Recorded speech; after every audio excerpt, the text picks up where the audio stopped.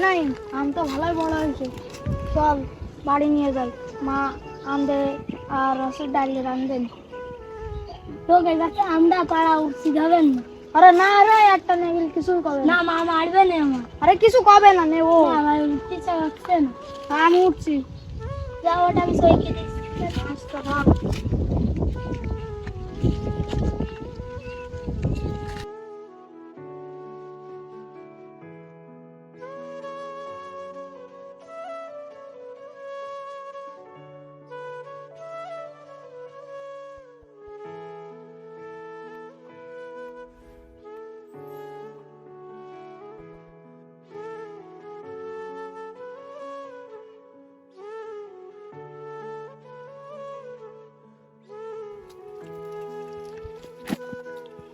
বড় আমটা নিতে ছোট আমটা নে।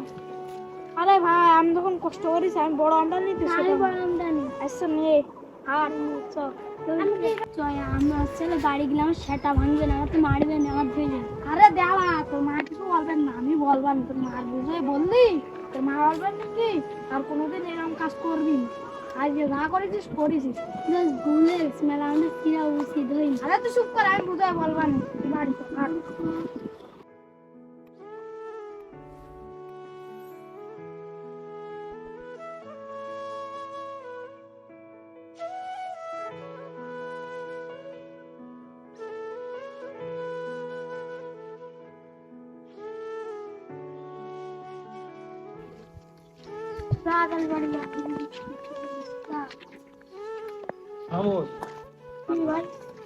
দুপুরবেলা না আসি কনে গেলি?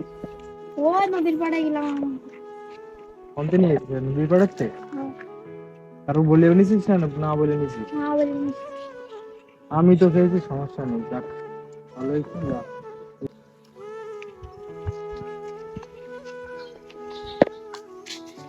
কিরে নাইম, কনে গেলি ভাই? ভাই এই মামুদির সাথে একটু কাছে হলো, নদীর পাড়ে গেলাম। কি করছিস? আচ্ছা কি হলো? আমার বললে আম পাড়তে, তাই তুমি ওই গাছে তুলে, তাই বললে তুই একটা আম বাড়ি নিয়ে যা, তাই আমি একটা আম বাড়ি নিয়ে আসি। তাও লোকের কাছে তো আম পেড়েছিস কেন? ও বললে তাই। ও বললো তুই আম পেড়েছিস তোর বাপের গাছ?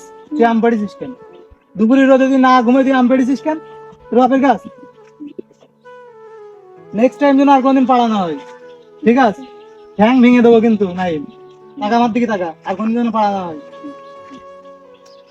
পারিবারিক শিক্ষার গুরুত্ব অপরিসীম। আমরা সবাই সচেতন থাকব যে আমার আপনার বাচ্চা এমন অন্যায় যেন না করে, আর যদি করেও ফেলে তাহলে আমরা তাদেরকে বোঝাবো, কখনো অন্যায়কে প্রশ্রয় দিব না। মনে রাখবেন, একটা চারা গাছ যদি রোপণের সময় বাঁকা করে রোপণ করা হয় তাহলে গাছটা বড় হলেও বাঁকাই থাকবে। একটা বাচ্চাও সমান, ছোটবেলা থেকে যা শেখাবেন তাই শিখবে।